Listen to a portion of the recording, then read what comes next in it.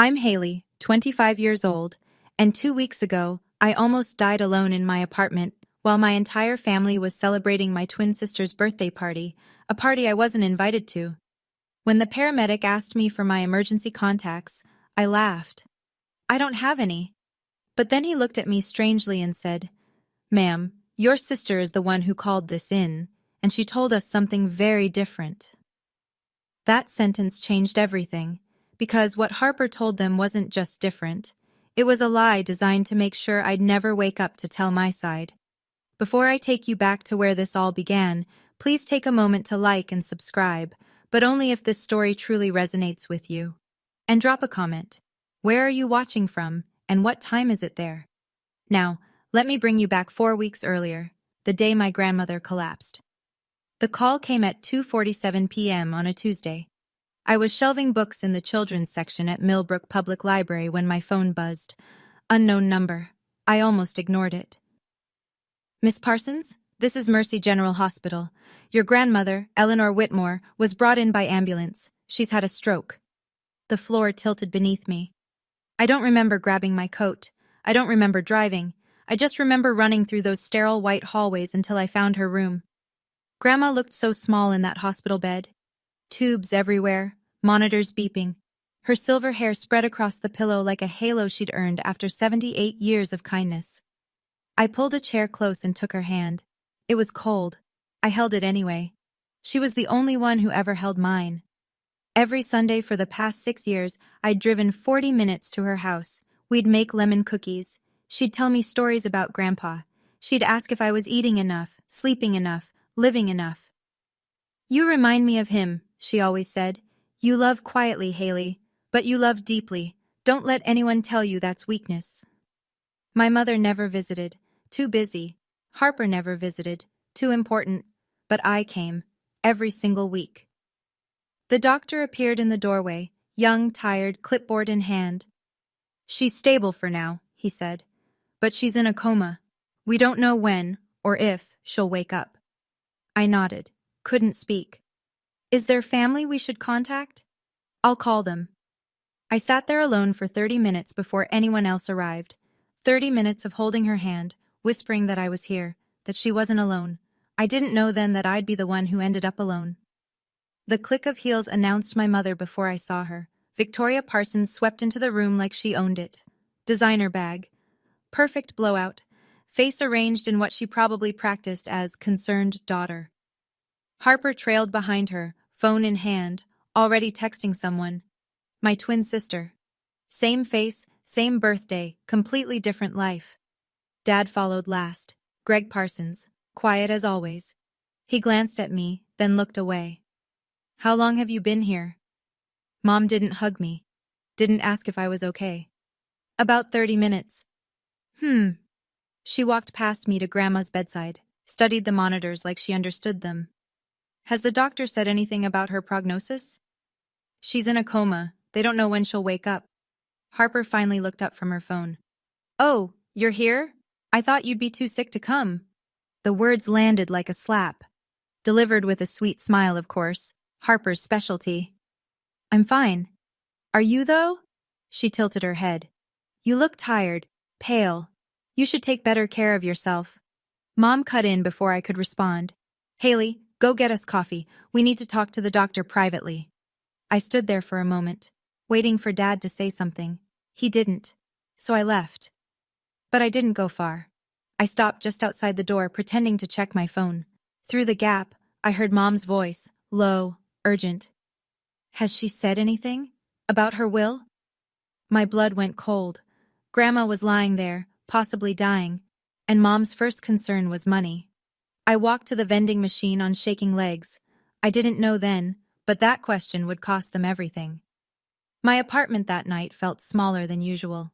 600 square feet. 1 bedroom. A kitchen the size of a closet. I'd decorated it with thrift store finds and plants I talked to when I got lonely. Harper's penthouse downtown had floor-to-ceiling windows and a doorman who knew her name. I sat on my second-hand couch, staring at my phone. The family group chat was active for the first time in months. Mom had typed, "Family meeting tomorrow, 10 a.m., my house. regarding mother's care. Then Harper, I'll be there. Already cleared my schedule. No one asked if the time worked for me. No one ever did. I scrolled up through old messages, months of silence, then occasional photos of Harper's achievements, her promotion, her boyfriend, her weekend trips. I wasn't in any of them. I opened my nightstand drawer, the one with the important things, my passport, my birth certificate, and a letter. The envelope was yellowed, the handwriting shaky. Grandma had given it to me 3 years ago, during one of our Sunday visits. "Keep this safe," she'd said. "Someday when I'm gone, a man named Mr. Bennett will find you. He's my attorney. He'll explain everything." I'd asked what she meant. She just smiled and changed the subject. I never pushed. Maybe I should have. I read the letter again now, searching for clues. "My dearest Haley, if you're reading this, things have probably gotten complicated. I want you to know that I see you. I've always seen you, and I've made sure you'll be taken care of no matter what your mother tries to do. Trust Mr. Bennett, he knows the truth. All my love, Grandma." I folded it carefully and put it back. Who was Mr. Bennett, and what truth was Grandma hiding? I arrived at Mom's house at exactly 10 a.m. The living room was already arranged like a courtroom. Mom in the armchair, her throne. Harper on the love seat, legs crossed, coffee in hand. Dad in the corner, invisible as always.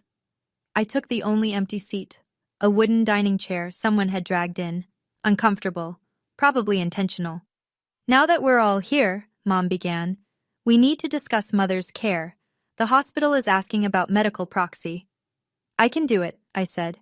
"I visit her every week. I know her doctors, her medications, her—" "That won't be necessary." Mom's smile didn't reach her eyes. "We've decided Harper will be her medical proxy. She's more stable." Harper nodded like this was obvious. "I have a flexible schedule, and honestly, Haley, you can barely take care of yourself with your allergies." "My allergies have nothing to do with— Remember last Thanksgiving?" Harper's voice dripped with false concern. "You had a reaction and ruined dinner. Everyone had to leave early. I ate something I didn't know contained tree nuts. That wasn't—" "The point is," Mom cut in, "we need someone reliable. It's decided." I looked at Dad. He was studying his shoes. "Fine." The word tasted like ash. "Good." Mom stood, meeting adjourned. "Oh, and Harper's birthday party is next Saturday. We're keeping it small, family only." I waited. Nothing. Harper caught my eye and smirked. Just slightly, just enough. "What about my birthday?" I asked. "It's the same day." Mom waved a hand. "You never like parties anyway. All that food you can't eat. It's easier this way." I drove home in silence. 25 years of being the afterthought. 25 years of being the difficult one. I was tired. So tired. But I didn't know yet that tired was the least of my problems. The package arrived Friday evening. I was making dinner, plain grilled chicken, steamed vegetables, nothing that could trigger a reaction, when the doorbell rang. No one was there, just a pink box on my doormat, tied with a silver ribbon. I brought it inside, confused. Checked the card. "Happy 25th, sis. Sorry I've been distant lately. Here's something sweet for you. Enjoy your day tomorrow. Harper." My first instinct was to throw it away, but I opened the box anyway. Cupcakes. 6 of them, beautifully decorated with vanilla frosting and edible flowers. They looked expensive, professional. The label said Sweet Beginnings Bakery, the nut-free place I'd mentioned loving years ago. The only bakery I trusted. I stared at them for a long time. Part of me, the logical part, screamed that this was suspicious. Harper had never apologized for anything. Why start now? But another part, the part that still remembered us as kids, before everything went wrong, that part whispered, what if she's trying? What if the party snub was Mom's idea and Harper felt guilty? I hated that part of me, the part that still wanted my sister to love me. I set the box on the counter, decided to sleep on it. Maybe I'd throw them away in the morning. But by morning, loneliness won. Maybe. I set the cupcake down, decided to save them for tomorrow. My birthday. Our birthday. If I couldn't celebrate with family, at least I'd have cake. I put the box on my kitchen counter and went back to my boring, safe dinner, but something nagged at me. I picked up the card again, looked at the handwriting. Harper's handwriting was always sharp, confident, like her. This was shaky, almost nervous. Probably just wrote it in a hurry, I told myself. I took a photo of the cupcakes, almost posted it to Instagram. Something stopped me. That night, I dreamed of Grandma. She was trying to tell me something, but I couldn't hear her. She kept pointing at my kitchen, at the pink box, but no sound came out. I woke up at 3 a.m., heart racing. I should have listened. November 14th, my 25th birthday. I woke up to silence. No calls, no texts, no happy birthday Haley from anyone. I checked my phone 3 times before accepting the truth. They'd forgotten, or worse, they hadn't forgotten. They just didn't care. By noon, I gave up waiting. I opened Instagram instead. Mistake. Harper's story was already live, dozens of slides, a massive backyard tent strung with fairy lights, a 3-tiered cake with Happy 25th Harper in gold lettering. 200 guests, easy, designer dress, professional photographer. Mom's post came next. So proud of my beautiful daughter Harper, 25 years of pure blessing, #proud mom, #birthday queen. I scrolled through every photo. I wasn't in any of them. Not even mentioned. The caption said, surrounded by everyone I love. And I, her twin sister, born 7 minutes after her, wasn't there. I sat on my kitchen floor for a while, just breathing, trying not to cry. Then I saw the pink box, the cupcakes. I pulled one out, stuck a single candle in it, lit it with a shaking hand. "Happy birthday to me," I whispered. The flame flickered. I blew it out.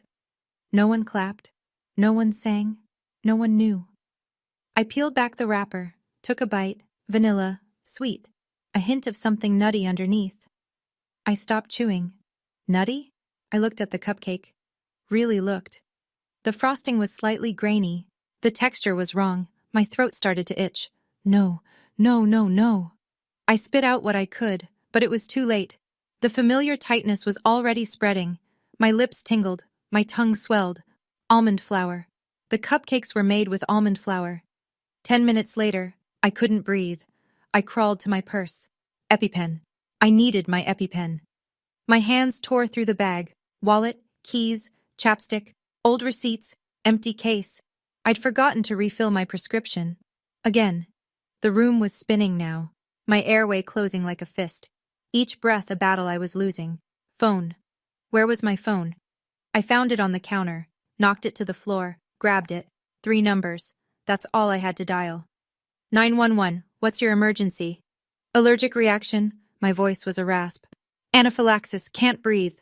Help is on the way, ma'am. Can you tell me your address? I choked out my street, my apartment number. Stay on the line. Is there anyone with you? No. The word barely came out. I'm alone. Emergency contacts? Someone we should call? I laughed. It came out as a wheeze. I don't have any. A pause. Then the operator's voice changed, confused. Ma'am, we actually received a call about you already, just 2 minutes before yours. From a Harper Parsons? The room tilted. What? She said you have a history of exaggerating allergic reactions, that you do this for attention. She told us not to take it too seriously. I couldn't process it, couldn't think. Harper called 911, before I did, to tell them I was faking. How did she know I'd have a reaction tonight? How did she know? The question echoed in my darkening mind as I collapsed onto the kitchen floor. The cupcake lay next to me, half-eaten, innocent-looking. The last thing I heard before blacking out was sirens. They were coming. But Harper had tried to make sure they wouldn't rush. My own sister had tried to let me die. I woke up in the ambulance. Fluorescent lights, oxygen mask, a sharp sting in my thigh where someone had jabbed an EpiPen. There she is. A man's face came into focus. Brown eyes, kind but serious. Name tag, Daniel Mitchell, paramedic. You gave us a scare. I tried to speak. The mask muffled everything. Easy, he said. You're stable now. We're almost at the hospital. I nodded, closed my eyes. But Daniel wasn't done. Miss Parsons, I need to ask you something. His voice dropped lower. Your sister Harper called 911 about 15 minutes before you did. My eyes snapped open. She said you have a history of faking allergic reactions for attention, said we shouldn't take it too seriously, that you're dramatic. I pulled the mask down. That's not true. I know. He held up a medical chart. Your vitals don't lie. Oxygen at 82% when we found you. Throat nearly closed. You were dying for real. I stared at him. I've been doing this job for 8 years, Daniel continued. I know when someone's faking, and I know when someone's trying to cover something up. He was quiet for a moment, then. My younger sister had a similar situation. Different circumstances, but family members who tried to hurt her and make her look crazy. She didn't survive. I didn't know what to say. I couldn't help her in time, he said. But maybe I can help you, if you want. Cover what up? He didn't answer directly, just studied me with those careful eyes. How did your sister know you'd have a reaction tonight? Did you tell her you were eating something? I shook my head slowly. She sent me cupcakes, I whispered. For my birthday. Daniel's expression shifted. Something dark passed behind his eyes. I'm going to ask you a question, and I need you to think carefully. Did your sister know about your almond allergy? I didn't have to think. She's known since we were 7.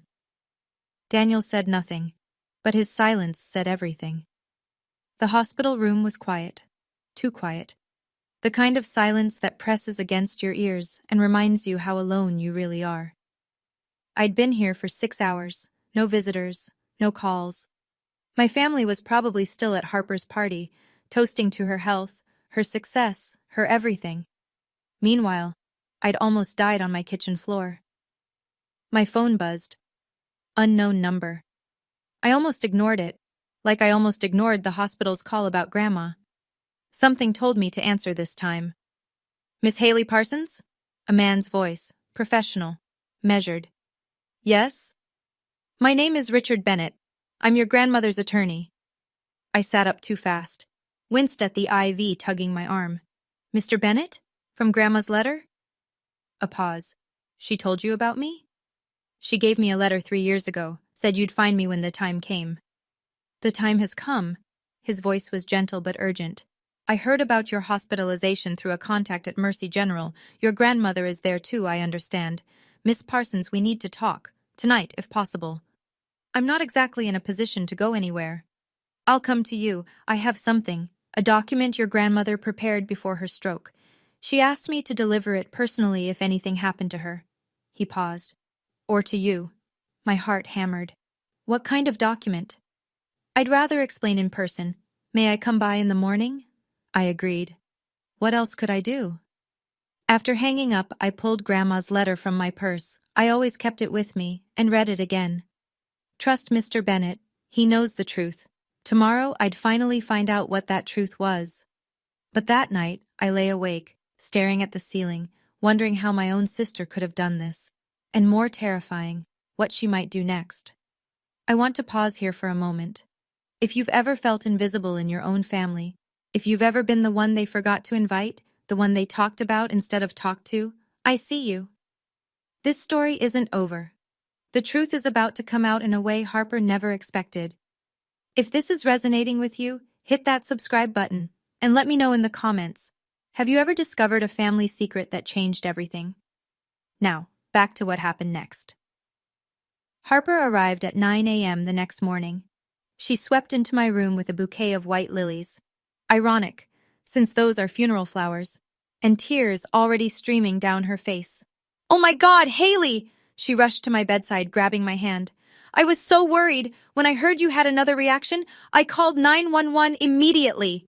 Behind her came Mom, Dad, and 2 aunts I barely recognized. The performance had begun. We were so scared, Mom said, dabbing at eyes that weren't wet. Thank God Harper thought to call. Aunt Patricia, Mom's sister, patted Harper's shoulder. You're such a good sister, always looking out for her. I watched them, all of them. The concerned faces, the sympathetic head tilts. Not one of them had texted me on my birthday. She's always been dramatic about her allergies, Mom told the nurse who came to check my vitals. Ever since she was a child. We've tried to help her manage, but it's a medical condition, the nurse said flatly. She nearly died. Mom waved a hand. Yes, well, she's fine now. Harper squeezed my hand. We tried to include you at the party, Haley. I told Mom you should come. But you said you felt too sick, remember? I hadn't said anything. Because no one had invited me. Aunt Patricia leaned in. Honey, you need to take better care of yourself. You can't keep scaring the family like this. I wanted to scream, to throw the flowers in Harper's face, to ask why she called 911 to say I was faking before I even knew I needed help. But I didn't, not yet. Instead, I said, "Thank you all for coming." And I watched Harper's smile flicker, just for a second, when she realized I wasn't going to play along. They left after an hour, duty fulfilled, consciences cleared. I waited until the hallway was empty. Then I texted Daniel. He'd given me his number before I was admitted, said to reach out if I remembered anything important. I remembered something all right. He arrived during his lunch break, still in uniform. "You look better," he said, pulling a chair close. "I need to show you something." I handed him my phone, the photo I'd taken of the cupcakes before eating them. "Sweet Beginnings Bakery," he read from the label. "Nice place. My sister orders from there." "Do they use almond flour?" "No, that's their thing. They're a nut-free bakery. My niece has allergies. That's why we go there." My stomach dropped. Then these cupcakes didn't come from Sweet Beginnings. Daniel's expression hardened. He pulled out his own phone, made a call. "Hey, Martinez? I need a favor. Can you check if there's still a cupcake box and evidence from last night's call? The Parsons apartment." A pause. He nodded. "Bring it to Mercy General, and look at the label carefully." 20 minutes later, Martinez arrived with an evidence bag. Inside was the pink box. Daniel pointed at the corner of the label. "See this? The edges are peeling. There's another label underneath." He put on gloves, carefully lifted the top sticker. Beneath it, Harvest Moon Bakery, specialty, almond flour treats. "Someone bought these from a bakery that specializes in almond products," Daniel said slowly. "Then put a fake label on top, a label from a nut-free bakery. So I wouldn't check. So I wouldn't suspect. Someone wanted me to eat those cupcakes, someone who knew exactly what would happen, and that someone had signed the card with my sister's name. I needed proof, real proof. Daniel had a friend, Marcus, who worked in digital forensics, the kind of guy who recovered deleted files for divorce cases and fraud investigations. "There might be something," I told Marcus over the phone. "When we were teenagers, Mom set up a family iCloud to monitor us. I got kicked off when I moved out, but I still remember the password. Mom never changes anything." "That's not enough for court evidence," Marcus said. "We'd need them to hand over the data voluntarily, or get a warrant." "What if I still have access? What if I was never technically removed, just forgotten?" A pause. "If you can log in with your own credentials, and the shared data is still there, that's your data too, legally gray, but admissible if we document the chain of custody properly." I tried the old password. It worked. Mom's arrogance had finally backfired. Marcus said he'd look into it. No promises. 3 days passed. I was discharged from the hospital but didn't go home. I couldn't. Not to that apartment with its memories of cupcakes and near death. Instead, I stayed at a motel off the highway, paid cash, told no one. On day 4, Marcus called. "You need to see this." I drove to his office, a cramped room above a dry cleaner's. He turned his laptop toward me, text messages, hundreds of them, between Harper and Mom. I started from a week before my birthday. "Harper, the cupcakes are ready. Made sure they used almond flour." "Mom, good. If she eats them, she'll have a reaction. She never refills her EpiPen on time." My hands went numb. "Harper, and if she calls 911, I'll call first. Tell them she's dramatic. They won't rush." "Mom, smart. Grandma's will can't go to her if she's incapacitated or dead." I couldn't breathe. Marcus was watching me carefully. "There's more, timestamps, metadata, everything checks out. This isn't fabricated." I scrolled further. "Mom, once Mother's gone, we'll challenge any will that names Haley, with her mental health history." "Harper, what mental health history?" "Mom, the one we'll create, unstable, self-harming, faking illnesses. Who would believe her over us?" I kept scrolling, found more. "Harper, how will I know when she eats them?" Mom. I had a camera installed in her building's hallway last month. Maintenance cover. We'll see when she brings the box inside and when her lights go out. Harper. And then I call 911? Mom. Wait 20 minutes after lights out. She'll have eaten by then. Call before she does. Plant the seed that she's dramatic. They'd been watching me. My own mother had installed a camera to watch me die. One more message caught my eye. Harper. Should I sign the card? Mom. Of course. If she survives, you're the loving sister who sent birthday treats. If she doesn't, you're the grieving twin who tried to reconnect before it was too late. Either way, you win. Harper. Genius. I closed the laptop. They calculated my death like a budget spreadsheet. Mr. Bennett's office was nothing like I expected. No mahogany, no leather chairs. Just a modest space above a bookstore, cluttered with files and smelling faintly of coffee. He was in his 60s. Silver hair, kind eyes, a handshake that felt like a promise. Your grandmother spoke about you often, he said, gesturing for me to sit. She was so proud of you. I almost lost it right there. He slid a manila envelope across the desk, thick, official, my name written in Grandma's shaky handwriting. She prepared this 2 years ago, he explained, after Thanksgiving 2023. She called me the next morning, insisted I come immediately. What happened at Thanksgiving? Mr. Bennett hesitated. She overheard something, a conversation between your mother and sister. It disturbed her deeply. I opened the envelope with trembling hands. Inside, a legal document. Last will and testament of Eleanor Grace Whitmore. I scanned the pages, legal language, formal clauses, and then, I hereby leave my primary residence at 47 Maple Drive, valued at approximately $1.2 million, to my granddaughter, Haley Ann Parsons.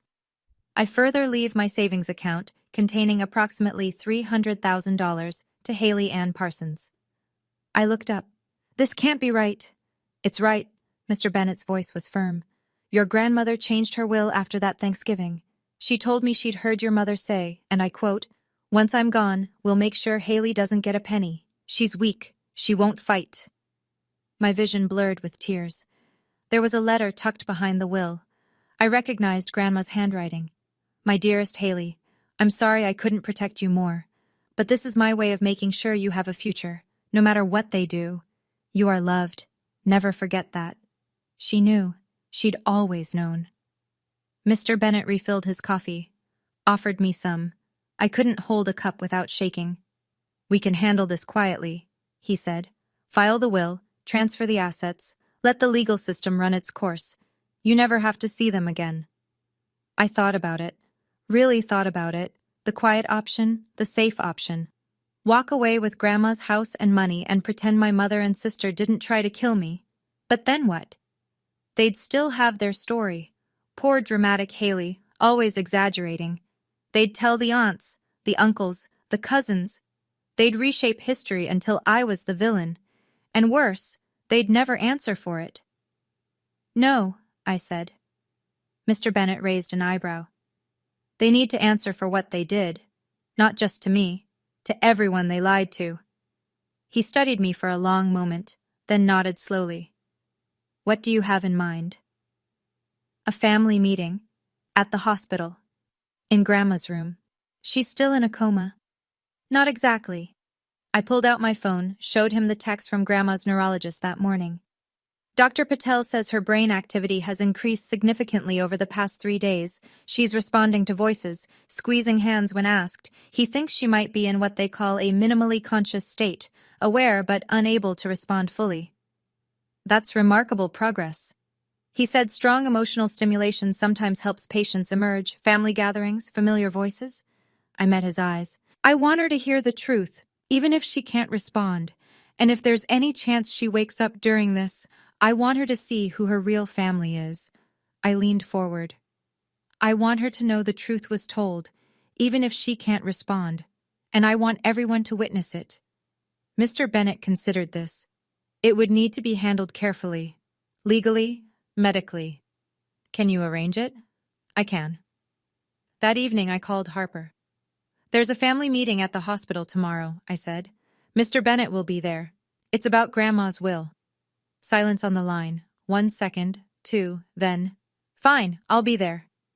She tried to sound casual, but I heard the tremor underneath.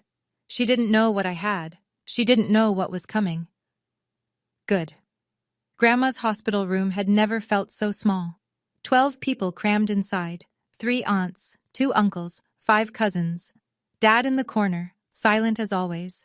And in the center, Mom and Harper, dressed in black like they were already at a funeral. Grandma lay still in her bed. Monitors beeped their steady rhythm, but faster than before, I noticed. The nurse had told me her vitals had been elevated all morning, like she knew something was happening. When I walked in and said, "I'm here, Grandma," her hand twitched, just slightly, but I saw it. She was fighting her way back to us. I took my position by the window, invisible, as usual. That was fine. I wouldn't be invisible for long. Mr. Bennett stood at the foot of Grandma's bed, leather briefcase at his side. Mom spoke first. "Thank you all for coming. As you know, Mother's condition is critical. Harper, as medical proxy, will be making decisions about her care moving forward." Harper nodded gravely, the perfect picture of a responsible granddaughter. "We should also discuss her estate," Mom continued, "to ensure a smooth transition when the time comes." Uncle Robert, Mom's brother, shifted uncomfortably. "Victoria, Eleanor isn't gone yet." "I know that. I'm simply being practical." Mr. Bennett cleared his throat. "Actually," he said, "I called this meeting." The room went still. "I'm Eleanor's attorney. I've handled her legal affairs for 23 years. He pulled a thick envelope from his briefcase. "And there's been a development that changes everything." Mom's composure cracked, just a hairline fracture. "What development?" "Your mother left specific instructions. A will, prepared 2 years ago, with explicit conditions for how it should be read." Harper's voice was too bright. "We're aware of Mother's will. Harper and I are the primary beneficiaries." "You're aware of a will," Mr. Bennett corrected. "But not this one." The room went quiet. For the first time in my life, I wasn't invisible. Everyone was looking at the envelope in his hands. Mr. Bennett opened the envelope slowly, deliberately. "I, Eleanor Grace Whitmore, being of sound mind, do hereby revoke all previous wills and codicils." Mom's face went pale. He continued, "I leave my primary residence at 47 Maple Drive to my granddaughter, Haley Ann Parsons. I leave my savings account to Haley Ann Parsons." Harper shot to her feet. "That's impossible!" "Miss Parsons, please sit down."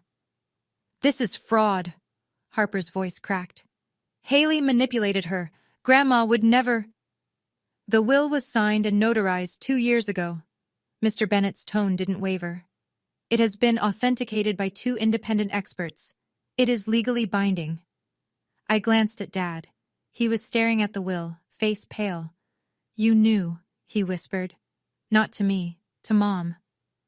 "You told me Eleanor changed her will to include Harper equally. You lied." Mom's eyes flashed. "Greg, not now." "All these years, all these lies," his voice cracked. "What else don't I know?" Mom found her voice. Mother was clearly confused. She had moments of dementia. She underwent a cognitive evaluation 1 month before signing. The results are attached. Her mind was perfectly sound. Aunt Patricia looked between Mom and me.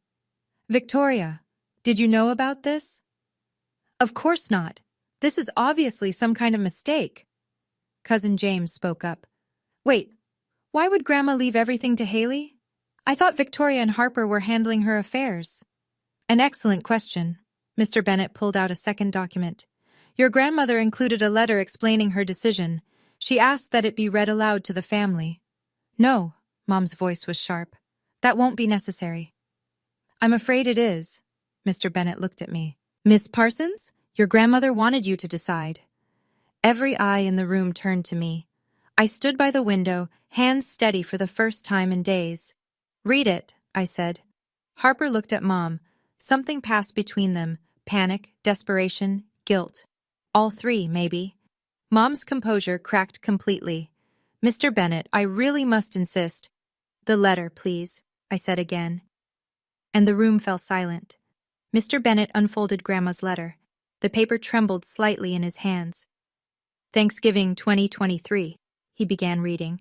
I overheard my daughter Victoria tell Harper, "Once I'm gone, we'll make sure Haley doesn't get a penny. She's weak. She won't fight." Gasps rippled through the room. He continued, "That day I knew I had to protect my Haley. She is the only one who visits me because she loves me, not because she wants something." Mom was shaking her head. Mother was confused. She misheard. "I am not confused." Mr. Bennett's voice grew stronger, channeling Grandma's words. "Victoria has spent 30 years resenting Haley because Haley reminds me of my beloved husband. Harper has spent her life learning cruelty from her mother. I watched. I stayed silent. I was a coward. Tears streamed down my face. But I won't be silent anymore. Haley deserves better than the family she was born into. So I'm giving her a chance at a real life. I pray she uses it well." Mr. Bennett lowered the letter. Uncle Robert turned to Mom. "Victoria, is this true?" "Of course not. Mother was senile." "She wasn't senile." I stepped forward. "And she wasn't wrong." All eyes on me now. "You want to know why Grandma cut you out? Because she knew what you're capable of." I pulled out my phone. "And 2 weeks ago, I found out too." Harper's face went white. "What is that?" "Text messages. Between you and Mom. Planning to send me cupcakes made with almond flour. Planning to call 911 before I did, to tell them I was faking." "Those are fake!" Harper screamed. "They've been authenticated by a digital forensics expert. Timestamps, metadata, everything." Aunt Patricia's hand flew to her mouth. "You tried to kill your own sister?" The room erupted. This is the moment everything changes. The texts are out, the family knows, and Harper and Victoria have nowhere left to hide.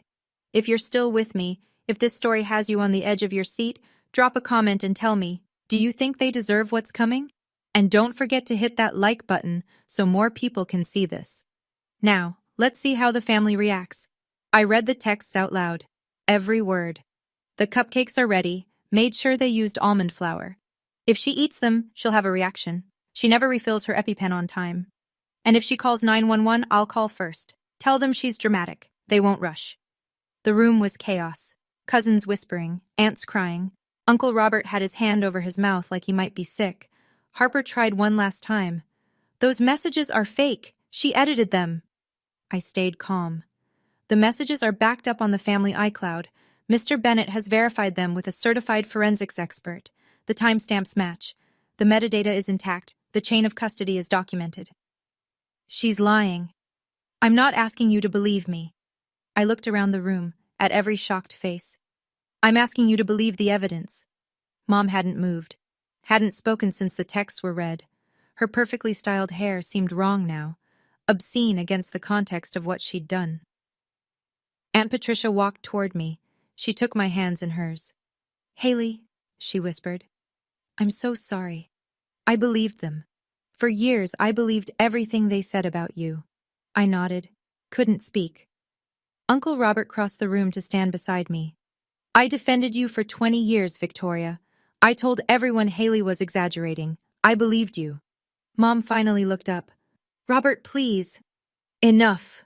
His voice broke. "I'm done." Harper was still crying, but the tears looked different now. Not grief, not remorse. Fear. She grabbed Mom's arm. "We should go." They started toward the door. And then, a voice, weak, barely there, but unmistakable. "Victoria!" Everyone froze. Grandma's eyes were open. The room went absolutely still.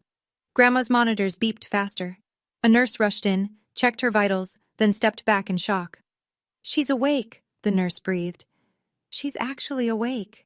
Grandma's eyes moved slowly around the room, landed on Mom, stayed there. "Mother?" Victoria's voice cracked. "Mother, you're awake. Let me explain. I heard." Grandma's voice was barely a whisper. But in that silent room, it thundered. "I heard everything."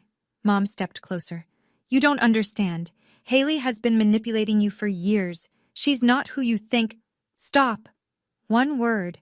Grandma said one word, and Victoria froze mid-step. "I protected you your whole life." Grandma's chest rose and fell with effort. "I excused your jealousy. Your cruelty. I told myself you'd grow out of it. Mom. But trying to hurt my Haley? Grandma closed her eyes for a moment. When they opened, they were hard as steel. You are no longer my daughter. Victoria made a sound, something between a sob and a scream. Harper rushed forward. Grandma, please, we didn't mean. I held you when you were born. Grandma's gaze shifted to Harper. I thought you had your grandfather's kindness. I prayed you wouldn't become like your mother. A single tear rolled down her weathered cheek. I was wrong. Harper backed away, face crumbling. Grandma turned her head. Found me. Come here, sweetheart. I walked to her bedside on shaking legs, took her hand, warm this time, alive. I'm sorry I couldn't protect you sooner, she whispered, but now you protect yourself. You don't need them. I know, Grandma. Promise me. I promise. Behind me, I heard the door open. Close. Victoria and Harper were gone, but their damage wasn't. Not yet. The room slowly emptied after that. Aunts and uncles left in pairs, murmuring apologies as they passed me. Cousin James squeezed my shoulder. Cousin Michelle hugged me so tight I couldn't breathe, but in a good way this time.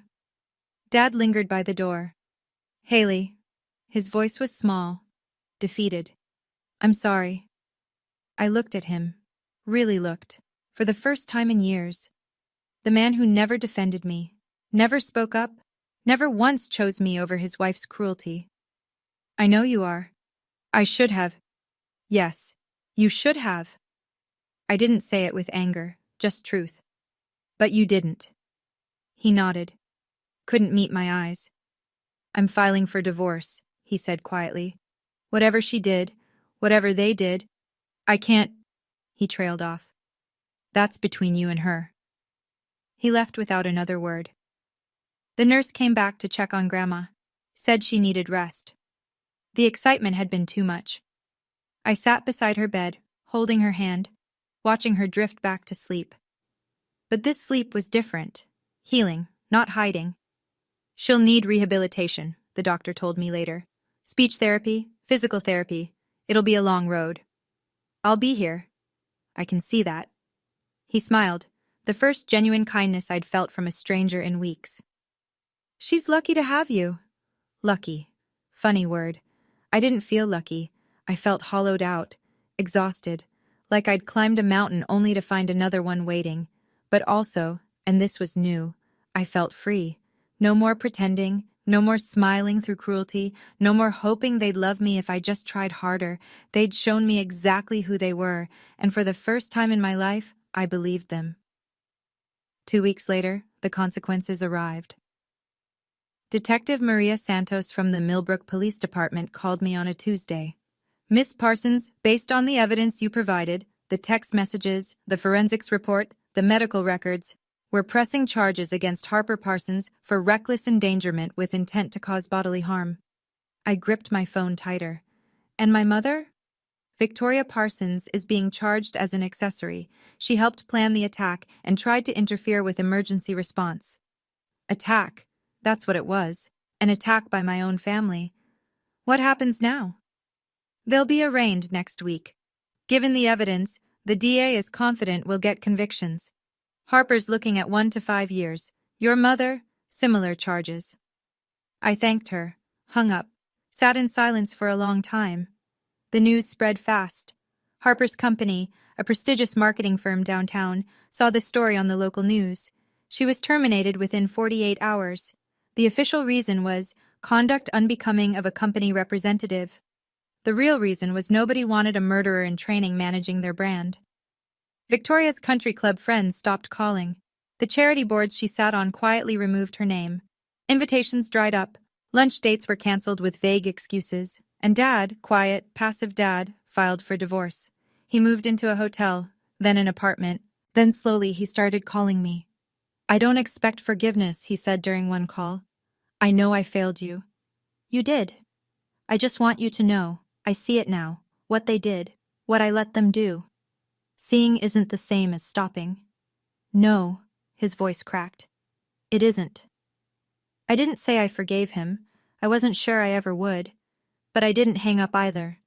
Progress, I guess. slow and uncertain, like everything else. The first time I walked into Grandma's house as its owner, I cried. Not sad tears, not angry tears, something else entirely, relief maybe, or disbelief.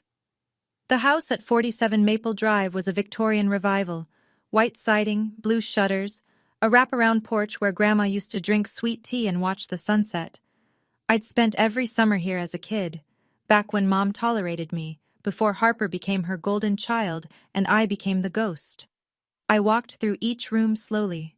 The kitchen still smelled like lemon cookies. The living room still had Grandpa's chair by the window, untouched since he died 15 years ago.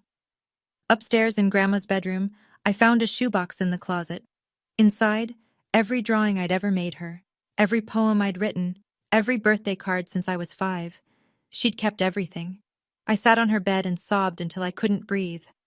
Daniel came by that evening. We'd been talking more since the hospital. He'd become something I didn't expect, a friend, maybe more eventually, but no rush. "How does it feel?" he asked. "Having a place of your own?" I looked around the porch at the swing where Grandma and I had spent countless hours. "Like I finally belong somewhere." He smiled. Didn't say anything else. Didn't need to. Later that night, I hung a photo on the living room wall. Grandma and me at her 75th birthday party, the only photo where we're both laughing. I traced her face with my finger. "I'll take care of it," I whispered. "I promise." Outside, the sun set over Maple Drive, golden light through old windows, the smell of wood and memory and home. For the first time in 25 years, I wasn't an afterthought. I was exactly where I was meant to be. The text from Harper came a month later. "Can we talk? I want to apologize, please." I stared at my phone for a long time. Part of me wanted to ignore it, block her number, pretend she didn't exist. But another part, the part that still remembered sharing a womb with her, sharing birthdays, sharing a face, that part needed to say something. I typed carefully, edited 3 times, then hit send. "Harper, I don't hate you. Hate takes energy I don't want to waste. But I don't trust you. And I don't want you in my life. This isn't revenge. This is a boundary. Please respect it." Then I blocked her number. Mom never reached out. I think she was too proud. Or maybe her lawyers told her not to. Either way, the silence was a gift. Dad called once a week. We talked about nothing important. The weather, his new apartment, how Grandma was doing in rehab. Small steps towards something that might never fully heal. "I should have fought for you," he said one night. "Every time they pushed you aside, I should have said something." "Yes, you should have." "I was a coward." "You were," I paused. "But at least you're honest about it now."